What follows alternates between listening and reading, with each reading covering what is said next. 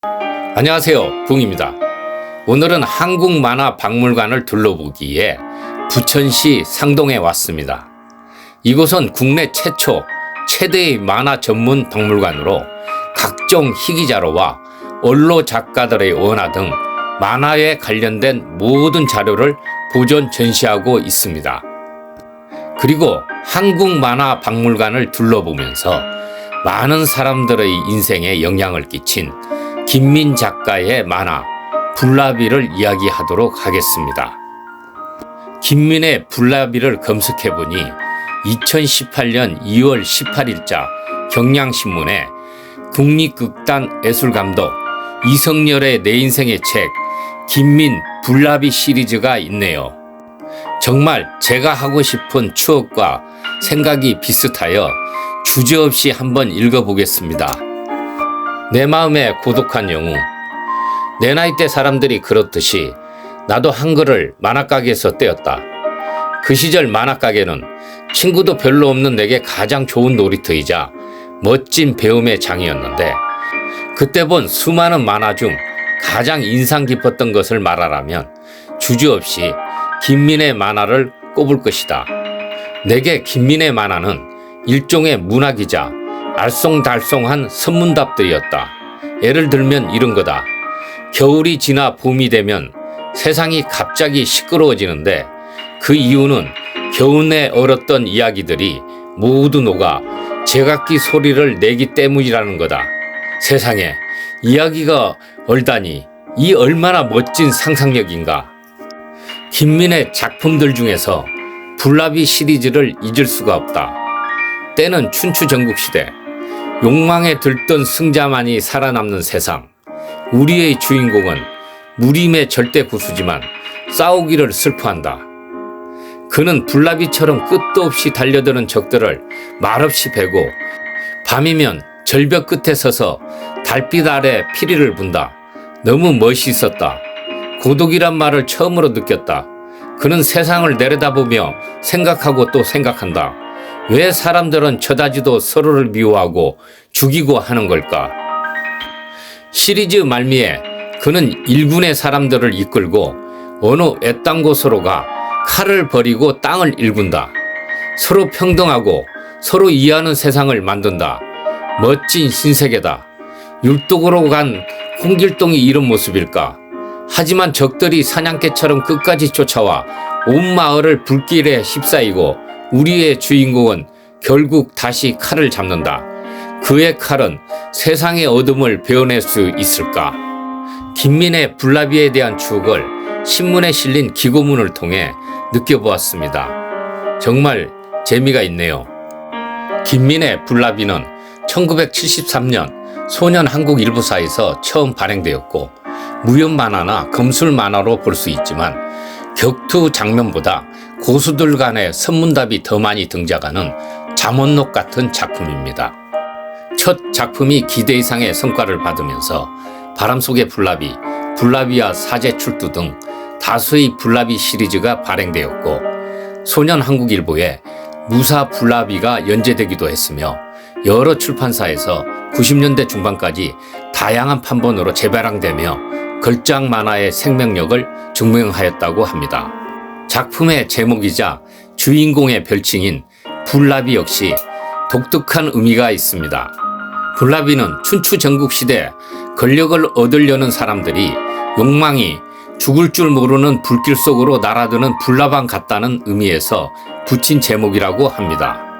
그런데 작품이 인기를 얻으면서 독자들이 이름 없는 주인공 소년을 불나비라 칭했고 후속 시리즈가 나오면서 소년은 자연스럽게 불나비가 되었습니다. 독자들에 의해 이름을 얻은 캐릭터가 된 것이네요. 불나비는 전국시대의 혼란 속에서 가족을 잃고 폐허 속에서 할머니와 단둘이 외롭게 성장했고 아버지의 부하였던 장수로부터 기본적인 무술은 배웠지만 그보다는 자연으로부터 많은 것을 배우고 자연을 모방하며 고수로 성장합니다. 고수가 된 불나비는 가족의 복수를 위해 나서지만 복수가 허망하다는 것과 검은 쓰임에 따라 다른 결과를 가져온다는 것을 깨달으면서 비로소 천하 제일검이 된다는 이야기입니다. 불나비는 자신이 처한 현재와 과거의 상황을 오가며 새로운 문제를 만나고 색다른 해법을 찾아냅니다. 이 과정에서 불나비는 천하제일검으로서 누려야 할 승리감이 아니라 지켜야 할 자세와 덕목에 대해 인식하게 되고 진정한 고수이자 강자가 됩니다. 이 같은 전개 방식과 격투 과정을 통해 전달되는 검과 삼의 상관관계는 이 작품의 정조를 무협 액션 활극이 아니라 성장 문학이나 구도 문학 같은 것으로 인식하게 됩니다. 또 자신의 경지를 스스로 깨가며 득도의 단계에 이르는 불나비의 사유와 태도에서 독자들은 철학적 질문과 답변을 갖기도 합니다. 김민의 불나비는 만화 이상의 문학작품으로 자기 성찰적 삶의 태도를 검술로 보여준 깨달음의 문학작품이네요. 불나비의 작가인 김민은 1944년생으로 1968년 한 경제주간지에 시사만화를 연재하며 데뷔한 것으로 알려져 있으며 이 시기를 전후로 땡이 시리즈로 유명한 임창문화에 입문해 황제, 허영 등과 함께 수령기를 보내었다고 합니다. 캐릭터의 조형적 측면에서도 김민의 천재성은 유감없이 발휘됩니다.